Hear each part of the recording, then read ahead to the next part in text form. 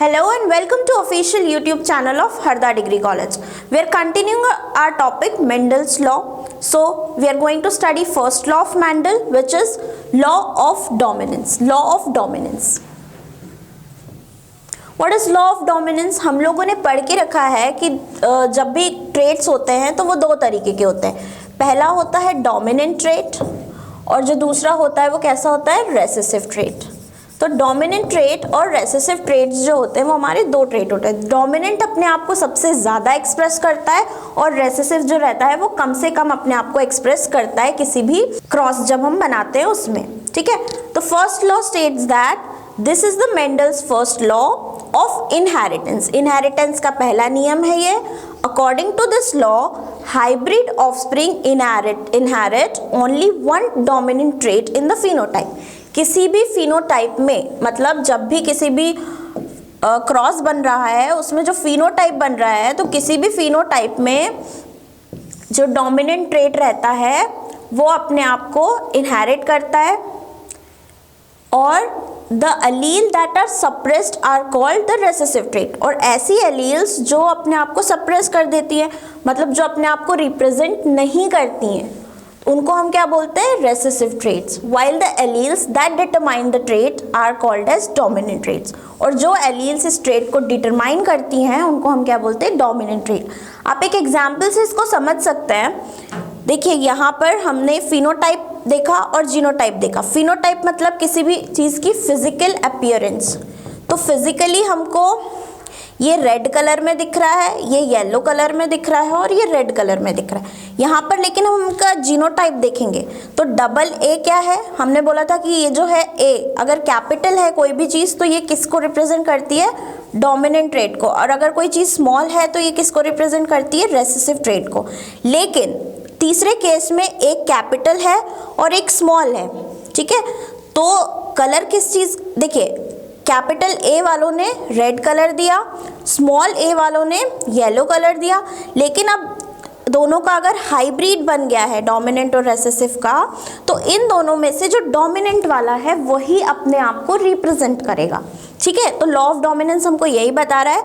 तो अगर डोमिनेंट वाले ने अपने आप को रिप्रेजेंट किया तो यहाँ पर जो कलर आया फ्रूट का वो कैसा आया, रेड आया. So this is the Mendel's first law which is law of dominance. Next law हम देखते हैं. Next law is law of independent assortment. Independent assortment का लॉ है ये.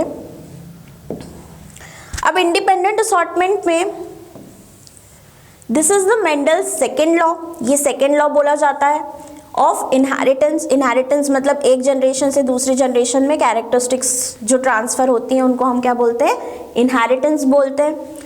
It states that a pair of traits segregates independently. ये क्या बोल रहा है कि जो भी traits हैं पेयर में जो भी traits हैं वो अपने आप को separately represent करेंगे of another pair. कब? During gamete formation. जब भी gametes का formation होगा, जब एक trait अपने आप को independently represent करेगा another trait के अपेक्षा में. It ensures equal opportunity of different traits to occur together. और ये क्या इंश्योर करता है, एक इक्वल अपॉर्चुनिटी देता है कि अलग अलग ट्रेट्स अपने आप को रिप्रेजेंट कर सकें, मतलब अपने आप को सेग्रीगेट कर सकें during the formation of gamete. Law of independent assortment को एक एग्जाम्पल से समझते हैं. यहाँ पर मेल गैमेट्स दी हुई है जो कि रिप्रेजेंट कर रही है दोनों स्मॉल वाई से, और फीमेल गैमेट दी है जो जिसमें एक स्मॉल वाई है एंड एक क्या है, कैपिटल वाई. यहाँ पर देखिए दोनों स्मॉल वाई लिखे हुए हैं और यहाँ पर एक स्मॉल वाई है और ये वाला जो है यहाँ पर एक कैपिटल वाई है. अब हम इनका क्रॉस कराएंगे. तो जब हमने इनका क्रॉस कराया तो ये कैपिटल वाई जब स्मॉल वाई के साथ क्रॉस बनाएगा तो क्या आएगा, एक कैपिटल वाई एक स्मॉल वाई, एक डोमिनेंट और एक रेसेसिव. वहीं वापस ये कैपिटल वाई इसके साथ जब रिएक्ट करेगा तो कैपिटल वाई और स्मॉल वाई. अब ये जो स्मॉल वाई वाले हैं ये दोनों स्मॉल वाले से रिएक्ट करेंगे तो स्मॉल वाई आ जाएंगे, और ये वापस से इससे रिएक्ट करेगा तो दोनों स्मॉल वाई आ जाएंगे. तो जो डोमिनेंट कैरेक्टर जहाँ पर भी आया है तो उसने क्या किया, डोमिनेंट के साथ जब रेसेसिव आया है, मतलब एक जब हाइब्रिड बना है तो ये हमेशा क्या है, डोमिनेंट कैरेक्टर है. तो जो पी प्लांट का जो कलर था वो क्या आ जाएगा, यहाँ पर येलो आ जाएगा. और जब दो रेसेसिव एक साथ आए हैं तो रेसेसिव कंप्लीट है अपने आप में, तो वो रेसेसिव है. तो लॉ ऑफ इंडिपेंडेंट असॉर्टमेंट में क्या हुआ, डोमिनेंट कैरेक्टर्स ने अपने आप को अलग से रिप्रेजेंट कर दिया और रेसेसिव ने अलग से रिप्रेजेंट कर दिया। फिर हम अगले लॉ पर आते हैं, law of segregation. Law of segregation जो है वो मेंडल का क्या है, थर्ड लॉ है। This is the Mendel's third law of inheritance. It states that 2 copies of heredity factors segregate during the production of gametes.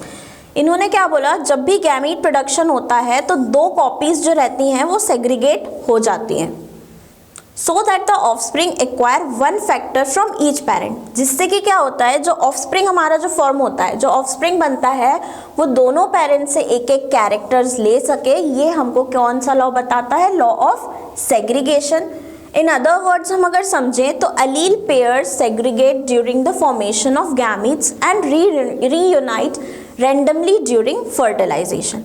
जब भी पेयर्स बनते हैं तो एलील पेयर सेग्रीगेट हो जाते हैं। कब सेग्रीगेट होते हैं, जब गैमीट का फॉर्मेशन होता है, और ये रीयूनाइट हो जाते हैं कब रीयूनाइट होते हैं, जब फर्टिलाइजेशन होता है। तो एग्जाम्पल आप देख सकते हैं, इसमें मेल पेरेंट है, फीमेल पेरेंट है और इनका एक क्रॉस बनाया है। इसमें हम एक एग्जाम्पल में इसको लिख सकते हैं। आई होप तीनों लॉज आपको क्लियर हुए होंगे। मेंडल का फर्स्ट लॉ जो है वो क्या है, law of dominance first law है, फिर law of independent assortment second law है, और लॉ ऑफ सेग्रीगेशन जो है हमारा वो क्या है, थर्ड लॉ है। Thank you.